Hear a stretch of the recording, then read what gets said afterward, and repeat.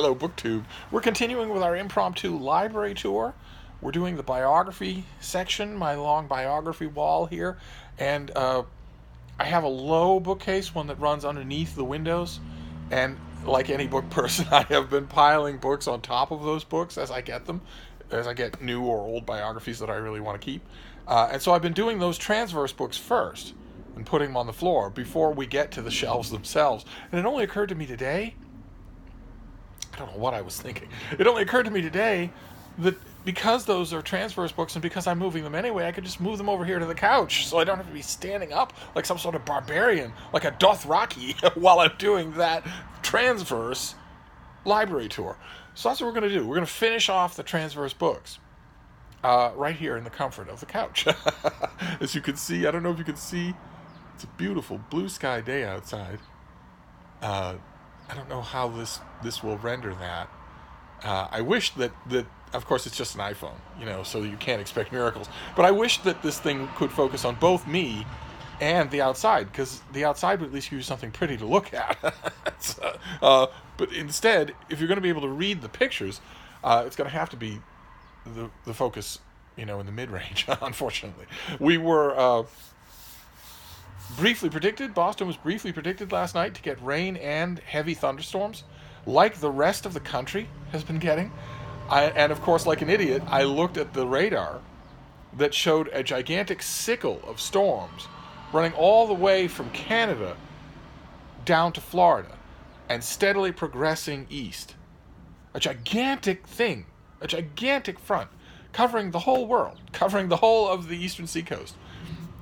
And I looked at that radar, and I looked at the predictions, and I thought, okay, well, this is certainly going to happen. But no, no, it did not. No, it did not.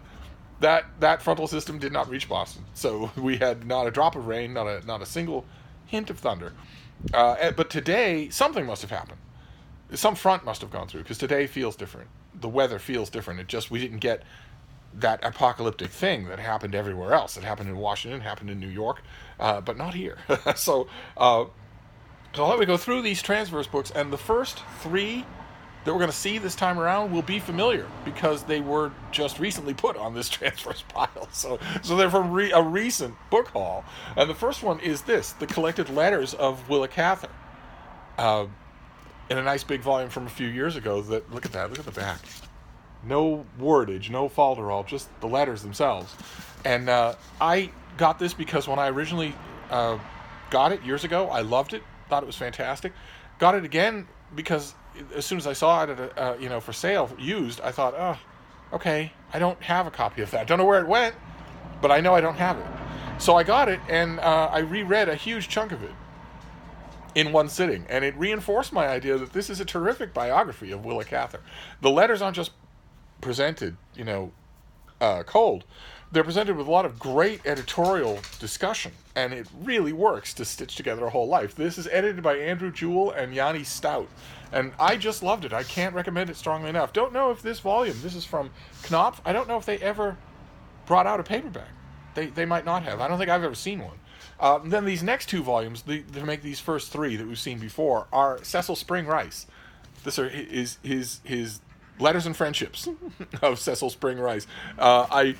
I got these at the Brattle, and they're wonderful old volumes. They're 100 years old, and he was a British diplomat and poobah, somebody who knew everybody and who was was welcome at every home, and often had unofficial but very important governmental discussions with key players 100 years ago. And I got these two volumes at the Brattle on sale out in the outside lot, but the paper dust jackets, they're not only sort of muddied with age, but they were really falling apart. So I reinforced them, and there was a big hole in one of them. There was a big hole in the spine of one of them, so I just put a picture there of the two. Just so there's no point in me saying that I recommend the Letters and Friendships of Cecil Spring Rice, because it's likely that you'll never see it. So the same thing is true with this next one.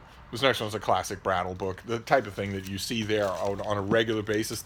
This Brattle thing that I'm talking about here is the Brattle Bookshop here in Boston, a used bookstore in downtown Boston that is really good. And this is by A.E. Taylor. This is from the 1930s, and this is Plato, the man and his work. Sometimes when the brattle gets a copy of something that is kind of falling apart, sometimes if they have the time, they will wrap it. They'll put one of these plastic library wrappings over it, and that's what this thing is. And this is just, it's a biography of all that we know of Plato, but also a scholarly overview of his work that was a normal type thing in the 1930s. The author actually says in his introduction that he's aiming this at college students, but now it's stunning and forbidding. It's so detailed and so knowledgeable.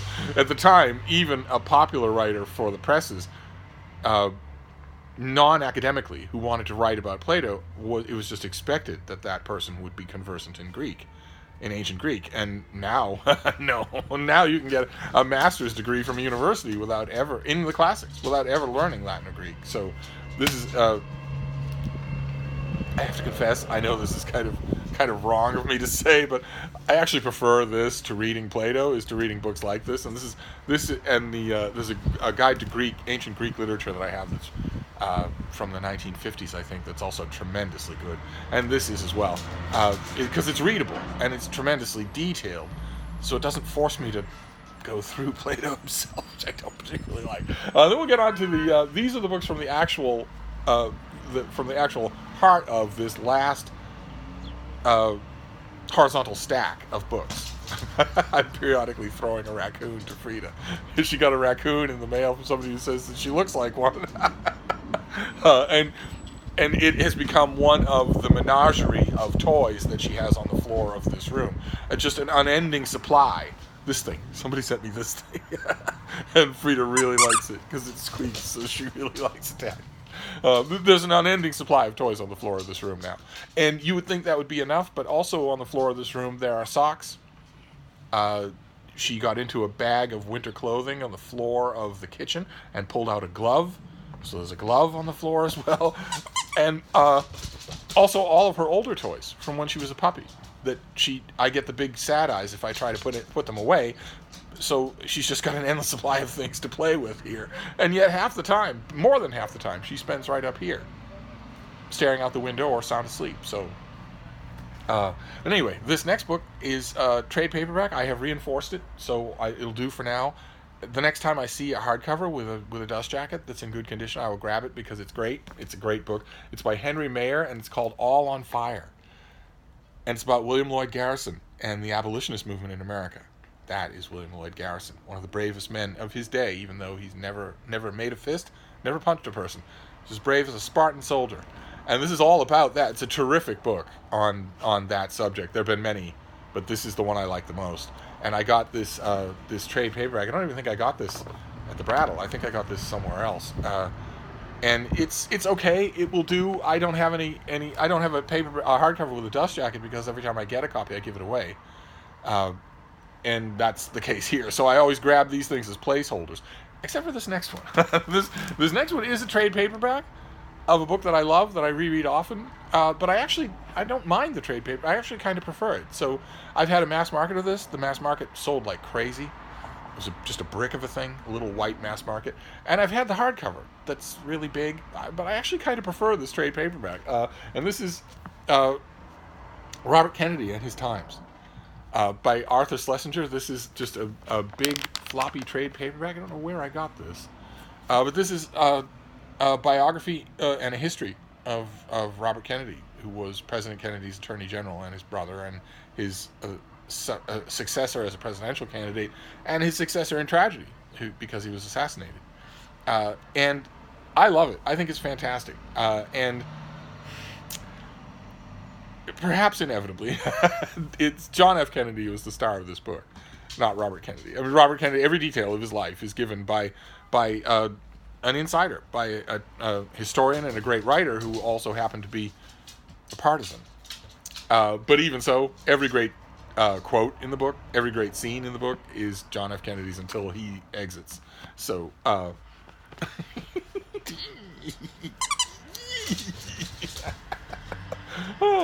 so when it comes to people sometimes ask me, do you have a Robert Kennedy biography that you recommend? I recommend this one.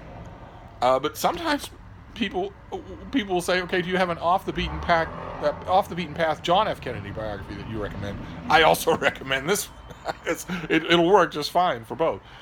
Then this next one is, I notice as I'm holding it out here that it's a little bit sunspotted, so I might need another copy of this, which would be sheer arrogance. It would be sheer hubris to suggest that if I didn't have access to a place like the Brattle. But ordinarily, finding one copy of this would be, the feat of a lifetime if you didn't use the internet.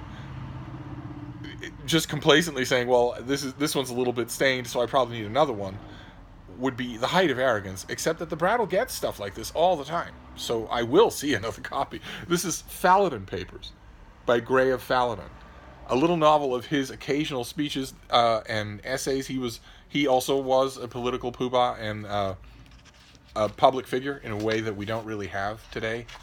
You wouldn't want the thoughts and reflections of Boris Johnson, I don't think. But although he gets book contracts, so maybe people do. But this is just occasional speeches of his that he wrote down, occasional writings that he wrote for the quarterlies that he wrote down, and there was interest. He was one of the most famous politicians of his day, so there was interest in a thing like this. And the first one of them is on the pleasure of reading, and it's a great thing. Where he laments the changes that are going on in his day. The motor car is altogether unfavorable to reading. People consume more time in moving about than they did, and they consume it under conditions which, even for people with good eyes, must make reading difficult, if not impossible. The telephone is a deadly disadvantage. It minces time into fragments and frays the spirit. Wireless, with all its delights, is now being added as a distraction to divert people from time that might be given to the pleasure of reading.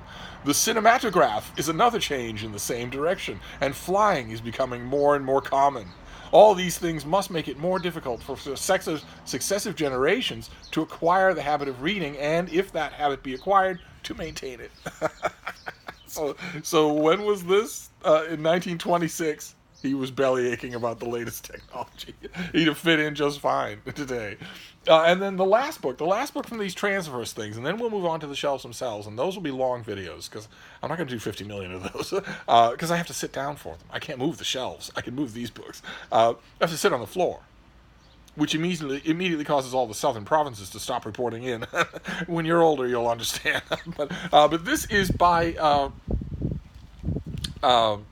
Franklin and Mary Wickwire. We've seen it on this channel. This is a biography of Lord Cornwallis, who was famous in his day, will be famous forever, as the man who lost the American colonies, the man who lost at Yorktown and surrendered, and therefore brought the war pretty much to an end. Cornwallis went on to serve Crown and Country for a long time, and there was a lot of other stuff happening in his life. I've always found that sort of interesting. And I knew that there was a biography of him out there that I'd heard good things about, and that I'd read a bit of, and I just waited. I waited for it to show up at the Brattle, and I think that's where I got this, at the Brattle. But this is just a classic biography of Cornwallis that takes in the defeat at Yorktown, but also takes in a whole bunch of other stuff, service in India, all of his doings at home. So, all right, so there you go. And those aren't really organized in any way. So those are the last of our transverse books for the Biography Bookshelf Tour. So next time, we will do the first of the actual shelves. And maybe I can find a chair or something to sit on, a nice cushioned chair, so it's not agony, because it's I'm gonna try and do those. Maybe I'll do half of one shelf each video, so 6 videos. Oh, God. Anyway, you knew that when you married me, so I'm going to sign off for now and put these back eventually. But I will be back. Thank you, Book 2.